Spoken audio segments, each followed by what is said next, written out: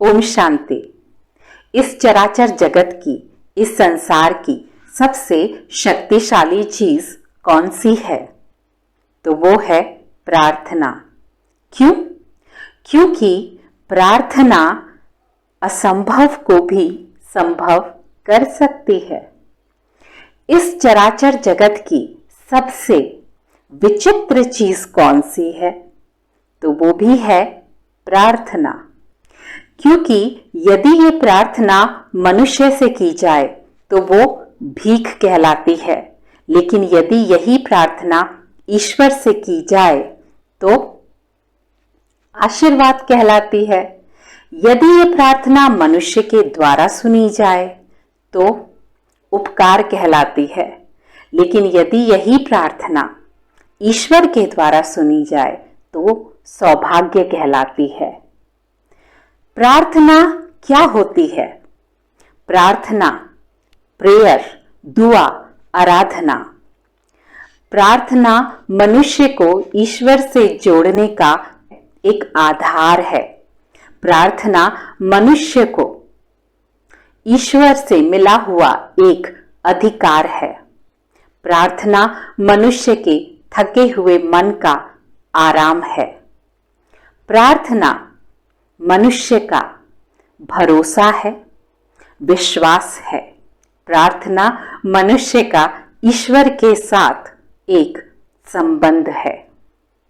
ये सब कुछ तो बस कुछ उपमाएं हैं, लेकिन जो परम सत्य है वो ये है कि इस चराचर संसार का सबसे शक्तिशाली प्रकंपन होता है प्रार्थना।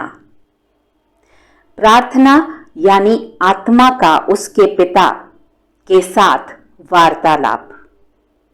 क्या मानव प्रार्थना करना जानता है? ये प्रश्न ही गलत है, क्योंकि प्रार्थना यदि नियमों के अधीन हो जाएगी तो फिर वह प्रार्थना आत्मा का परमात्मा के साथ संबंध या मनुष्य का उसके ईश्वर के साथ संबंध नहीं रह जाएगा और वो प्रार्थना मांगना बन जाएगी। इसलिए प्रार्थना कभी नियमों के अधीन नहीं होती है। प्रार्थना तो एक अनुभव होती है, ईश्वरीय प्रेम का अनुभव।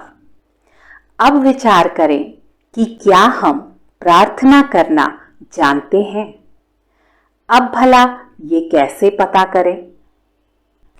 इसकी निशानी है प्रसन्नता। यदि हमारा हमारे पिता के साथ कनेक्शन है, संबंध है, तो इसकी निशानी है प्रसन्नता। क्योंकि यदि हम अपने जीवन की हर परिस्थिति से संतुष्ट हैं, प्रसन्न हैं, तो हमारा हमारे रचयिता के साथ एक अनकहा रिश्ता है और इसी रिश्ते को कहते हैं प्रार्थना। क्योंकि तब मेरा मन कहता है कि जो भी है, जैसा भी है, उसमें ही मेरा कल्याण समाया हुआ है। मैं जो हूं, जैसी हूं, यदि कोई मुझे मेरे हर रूप में स्वीकार कर रहा है तो वो है मेरा रचयिता, मेरा पिता।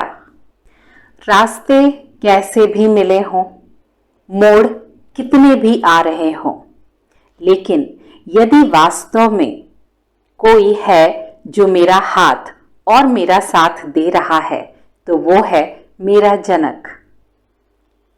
यदि कोई है जो मुझे देख रहा है हर पल, यदि कोई है जो मुझे सुन रहा है हर क्षण, यदि कोई है जो मेरी चिंता करता है, यदि कोई है जो मेरे धन्यवाद कहे बिना भी मुझे प्रेम करता है, तो ये वही है जिसकी मैं उत्तराधिकारी हूं। वो जो सर्वशक्तिवान है, वो जो संसार का मालिक है, मैं उसकी उत्तराधिकारी हूं। और यदि ये सब कुछ मेरा मन कह रहा है तो विश्वास करें यही प्रार्थना है। क्योंकि प्रार्थना तो मन से की जाती है, भय से नहीं की जाती। और इसलिए प्रार्थना हम तभी कर सकेंगे जब हम ईश्वर को सही अर्थ में समझ सकेंगे। प्रार्थना असंभव को संभव कर सकती है और इसीलिए जब हम ईश्वर को सही अर्थ में समझने लगते हैं तो हम ईश्वर से वो सब कुछ हासिल करने लगते हैं जो हमें चाहिए। हमें ईश्वर से क्या चाहिए? हमें ईश्वर से वस्तु या पदार्थ नहीं चाहिए, हमें तो ईश्वर से अपना खोया हुआ आत्मविश्वास, अपनी खोई हुई शांति, अपनी खोई हुई शक्ति, अपना खोया हुआ आनंद वापस चाहिए। बाकी सब कुछ तो हम स्वयं हासिल कर लेंगे इसके बाद। प्रार्थना असंभव को संभव कर सकती है और इसीलिए प्रार्थना जरूर करनी चाहिए। ओम शांति।